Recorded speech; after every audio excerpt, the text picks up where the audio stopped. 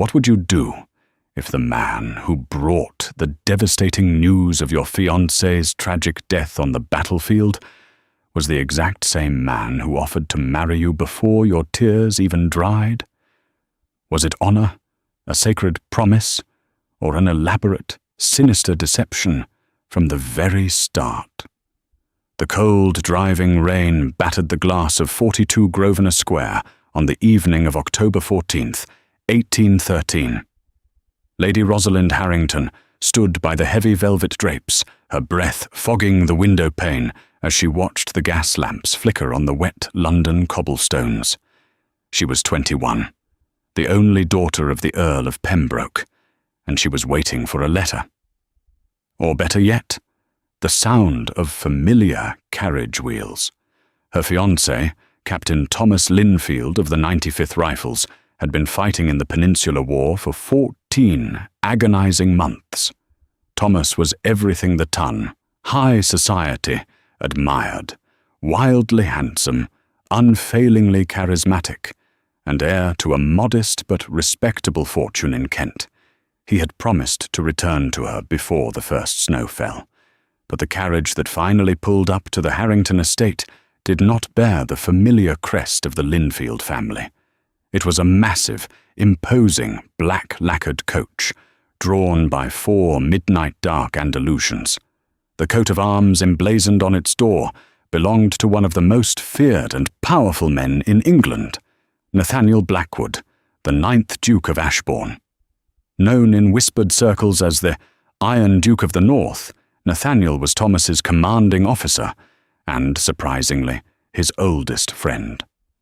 Where Thomas was golden and warm, Nathaniel was cold, ruthless, and entirely unreadable.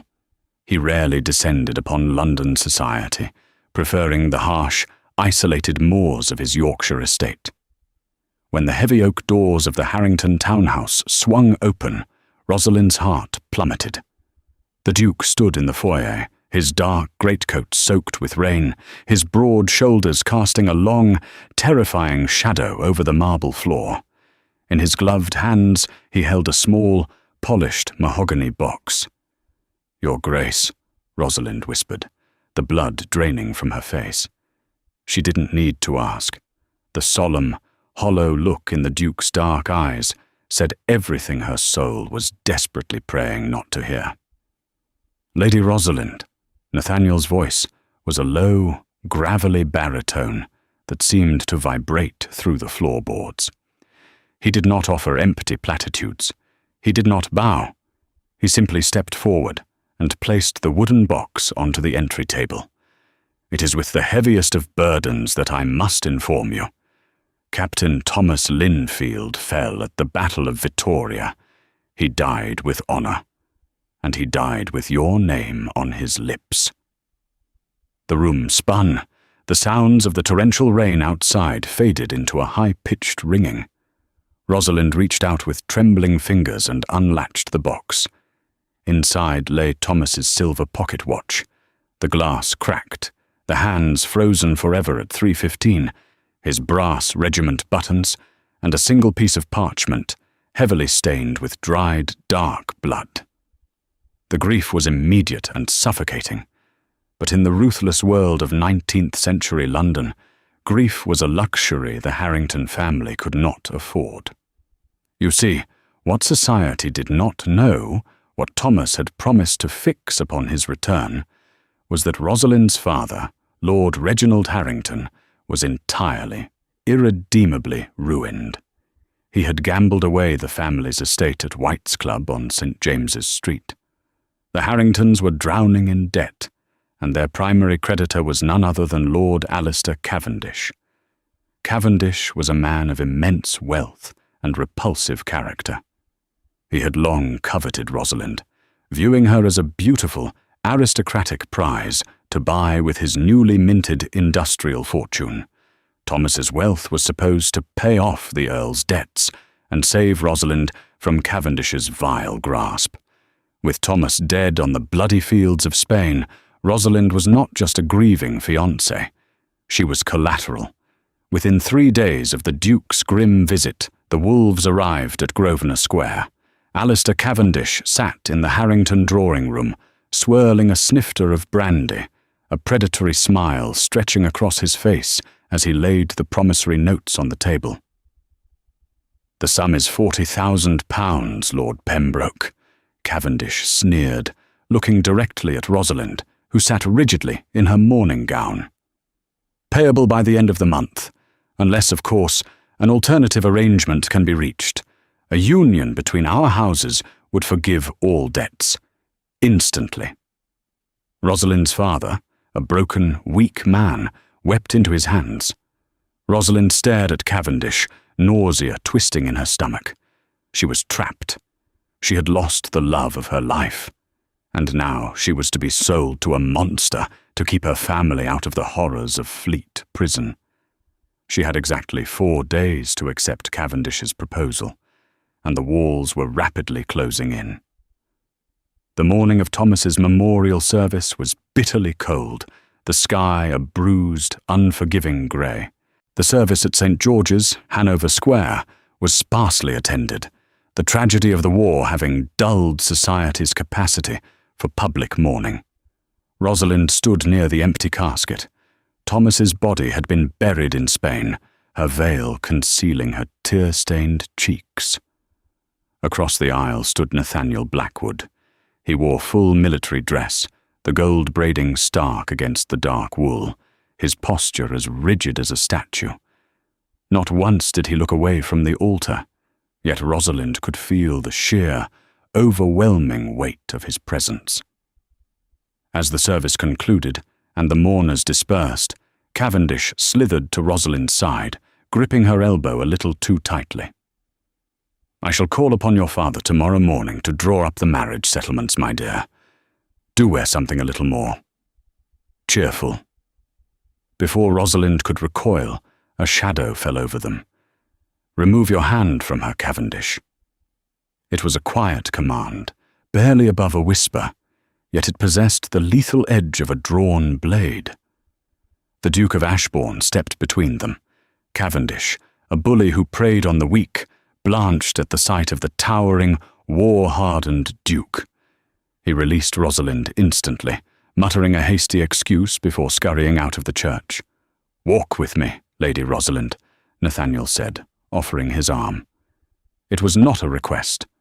They walked in silence through the adjoining gardens, the dead leaves crunching beneath their leather boots. Finally, Nathaniel stopped beneath a massive, leafless oak tree and turned to face her. "I am a man of the military, Rosalind. I do not possess the poetry or the soft words that Thomas gave you. I deal only in facts," Nathaniel began, his dark eyes intense, scanning her face.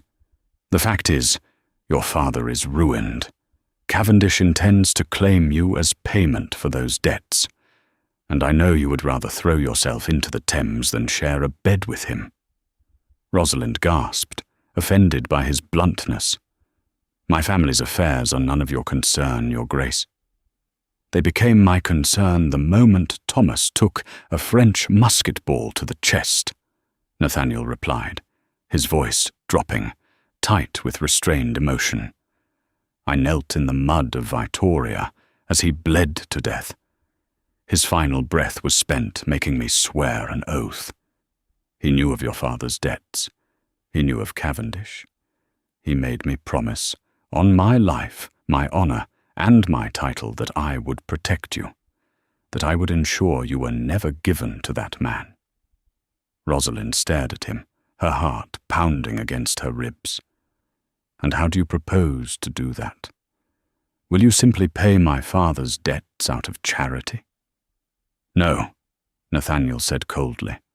"Cavendish is a vindictive man. If I pay the debt, he will find another way to ruin your family's reputation out of spite. There is only one absolute way to sever his claim to you, to elevate you entirely out of his reach, and to satisfy the promise I made to a dying man." He took off his leather glove and reached into his coat, pulling out a heavy, intricately carved gold ring bearing the Ashbourne crest. "I am offering you my name, My title and the full protection of my estate, Nathaniel said, staring deeply into her eyes. Marry me, Rosalind. The silence in the garden was absolute. A duke, a man of immense, staggering wealth and power, offering to marry a penniless, grieving woman out of sheer, unbending duty to a fallen comrade. It was unheard of. It was scandalous. You do not love me, Rosalind whispered, her voice trembling, and I do not love you. I love Thomas. Love is a luxury for peacetime. This is survival, Nathaniel replied without flinching. I promise you wealth, absolute security, and my unwavering protection. I do not ask for your heart. I know it is buried in Spain. You will have your own chambers at Blackwood Manor. You may live entirely independently of me, but you will wear my ring, and Cavendish will never look in your direction again. It was an indecent proposal of the most honourable kind. Faced with the nightmare of Cavendish and the ruin of her family, Rosalind made the only choice she could. She took the gold ring from the Duke's palm. I accept. The wedding took place a mere 3 days later. It shocked the London elite to their core. There was no grand celebration, no flowers, no joyous toasts. By the power of a special license granted by the Archbishop of Canterbury, Rosalind Harrington became the Duchess of Ashbourne in a dark, empty chapel, standing beside a man who felt more like a stranger than a husband. The very next morning, they departed for Blackwood Manor, leaving the gossip and the furious, defeated Lord Cavendish behind. Blackwood Manor was a sprawling, Gothic fortress nestled in the desolate, wind-swept moors of Yorkshire. For the first 2 months, the marriage was exactly as Nathaniel had promised. Cold, distant, professional. They dined at opposite ends of a massive mahogany table. They spoke only of the weather and estate matters. True to his word, he never once sought entry to her bedchamber. But as the deep freeze of winter set in, Rosalind began to notice small, unsettling details. Nathaniel suffered from terrible night terrors, crying out in the dark, shouting tactical commands, and Thomas's name. When Rosalind would creep to his study door to check on him, she would find him awake by the fire, drinking heavily, a look of profound, agonizing guilt etched into his sharp features. And then there was the locked door in the east wing.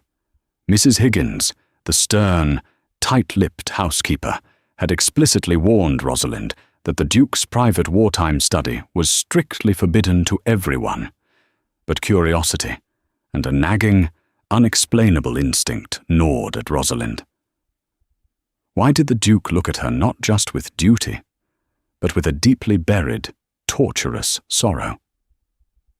One evening in late December, while Nathaniel was out riding the estate borders in a snowstorm, Rosalind noticed the study door had been left slightly ajar.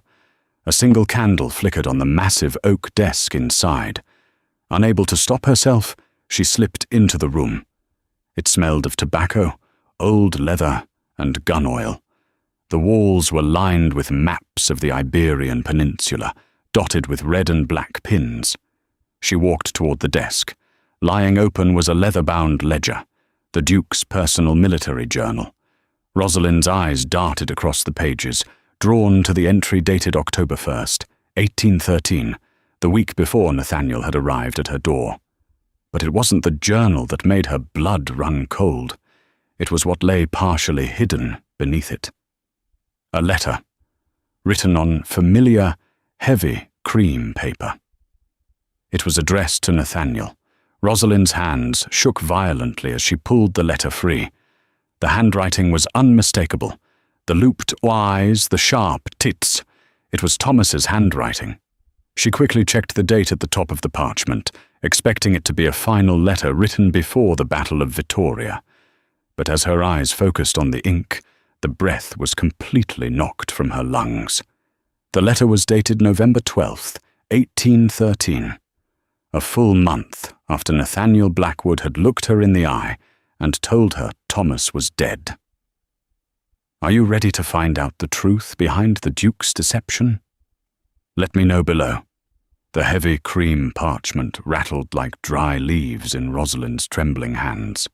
The flickering candlelight of the study cast long, sinister shadows against the maps of the Iberian Peninsula, but Rosalind's eyes were locked solely on the ink bleeding into the page. November 12th, 1813. Blackwood. The funds you wired to the bank in Lisbon are nearly exhausted. The cost of anonymity in this wretched port city is far higher than either of us anticipated. If you wish for my ghost to remain comfortably buried, you will send another £5,000 by the month's end. Do not fail me, old friend, or I may find the sudden urge to resurrect myself in London. T.L. The air in the room grew instantly thin, suffocatingly so. Rosalind stumbled backward, her spine colliding with the mahogany bookshelf. The silver pocket watch with the cracked glass, the brass regiment buttons, the blood-stained letter, all of it had been an elaborate, theatrical lie. Thomas was not dead in the mud of Vittoria. He was alive, hiding in Portugal, and systematically extorting the Duke of Ashbourne. And Nathaniel had known.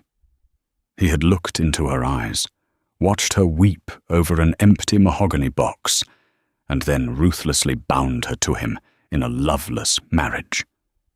The sound of heavy riding boots echoing in the corridor snapped her from her paralysis. The heavy oak door pushed open, and Nathaniel stepped into the study. He was covered in a dusting of Yorkshire snow, his dark hair damp, his face flushed from the biting wind. He stopped dead in his tracks the moment he saw her. He looked from her pale, tear-streaked face to the open ledger on his desk, and finally to the letter clutched in her fist. The Duke's broad shoulders sank.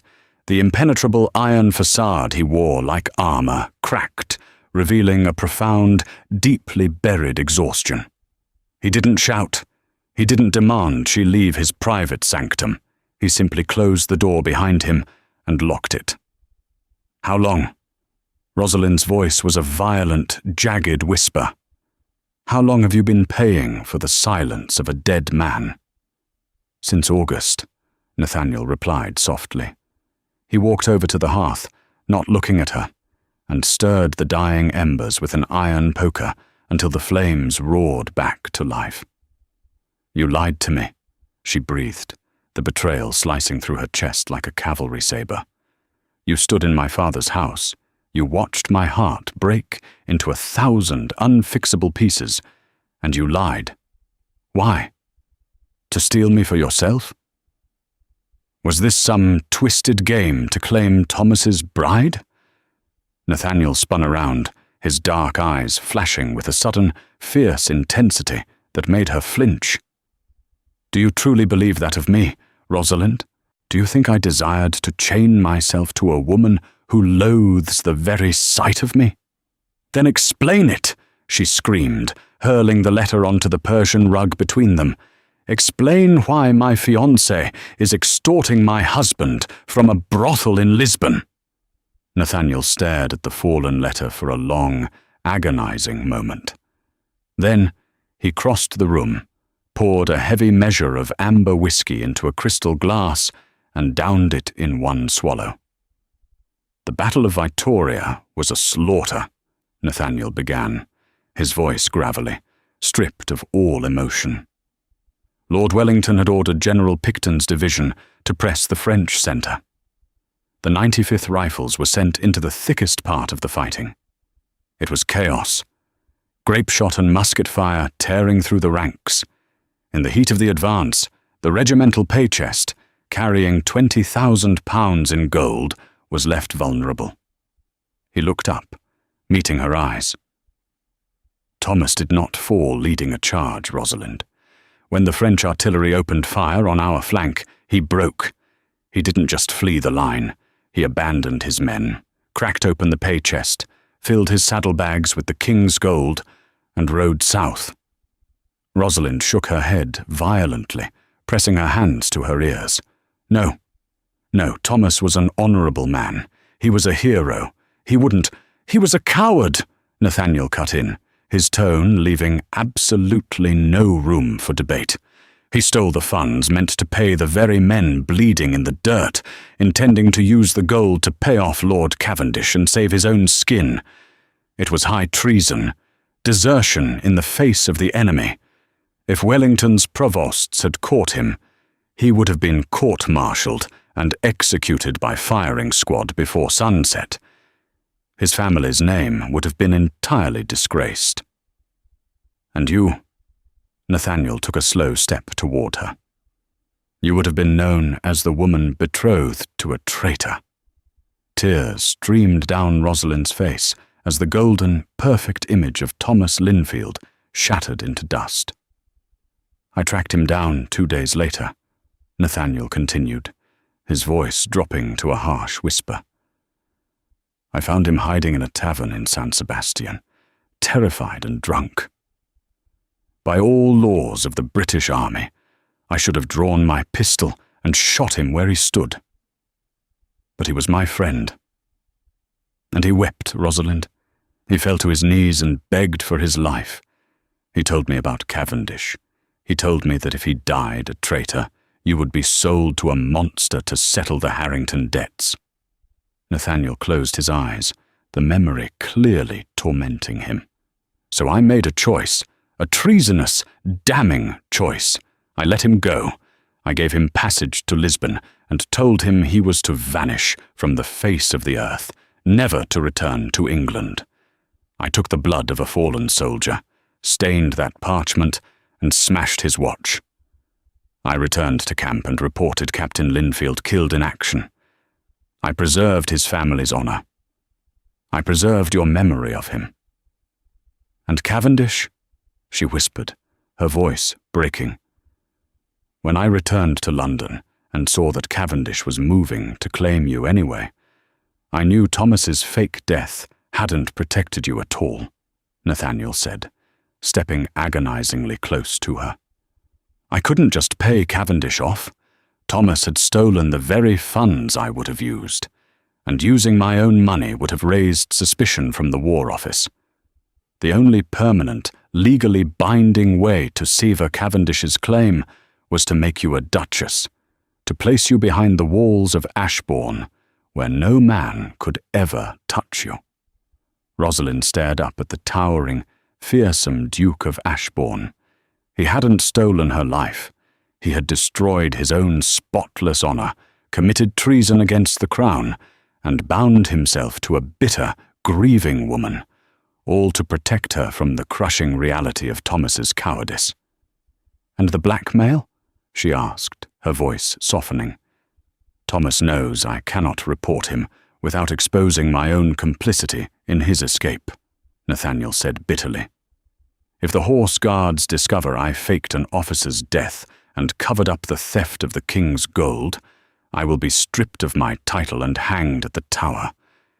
He holds my life in his hands, and he is bleeding me dry.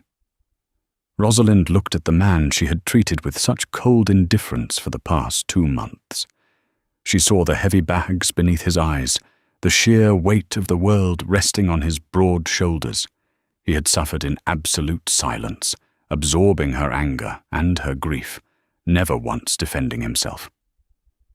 Slowly, Rosalind reached out and placed her small, trembling hand against the rough stubble of Nathaniel's jaw.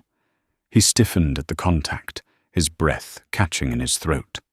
"You foolish, honourable man," she whispered, the last of her tears falling. "You should have let him hang."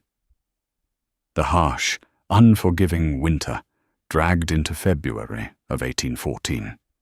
Yet, inside the stone walls of Blackwood Manor, the bitter frost between Rosalind and Nathaniel had miraculously thawed.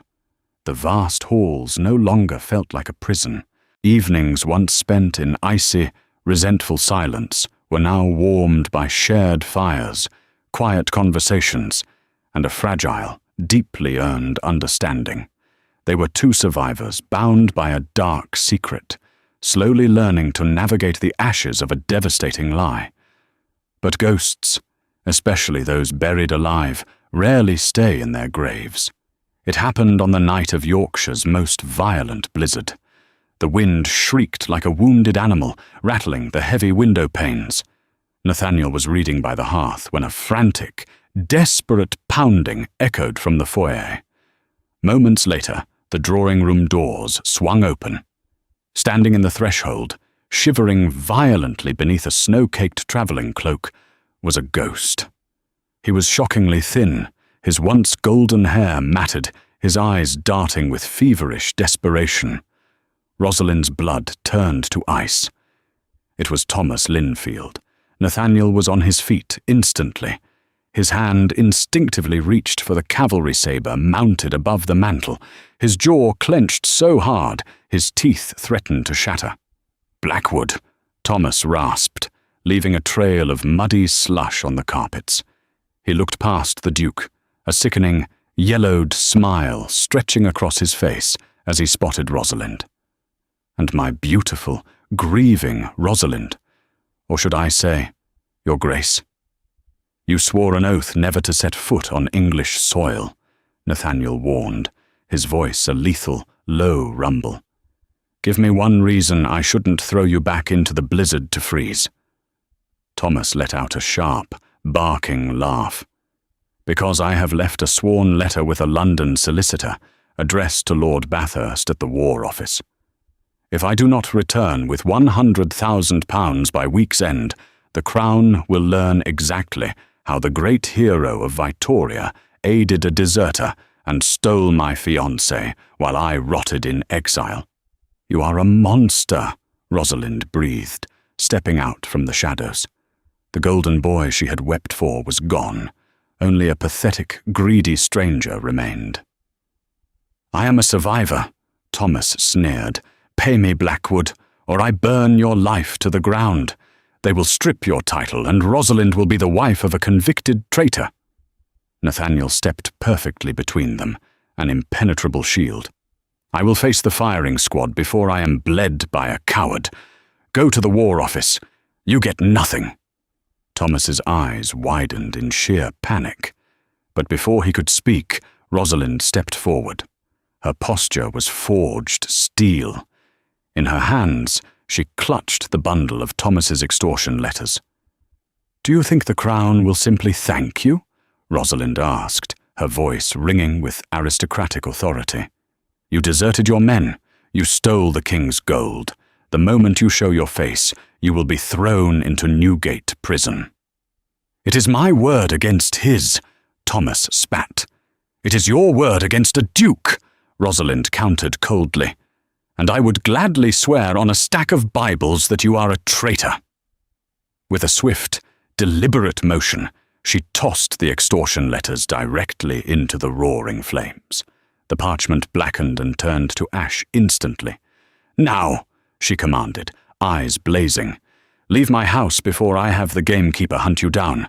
If you ever return, I will personally deliver you to the gallows. Defeated, Thomas turned and fled into the blinding white storm. Silence reclaimed the room. Nathaniel turned to her in profound awe. You burned my only leverage. We need no leverage against a ghost, Rosalind whispered, stepping close. You are the Duke of Ashbourne, and I am your wife. When Nathaniel pulled her into a passionate, consuming kiss, the shadows of Vittoria finally dissolved, leaving only the truth of their love behind. Did the staggering twists of the Duke of Ashbourne's sacrifice and Lady Rosalind's bravery leave you breathless? True love often hides behind the darkest secrets and the most impossible choices. If you were captivated by this historical romance, hit that like button, share this video with your fellow drama lovers, and subscribe to our channel for more thrilling, real-life inspired tales of passion, betrayal, and redemption. See you next time.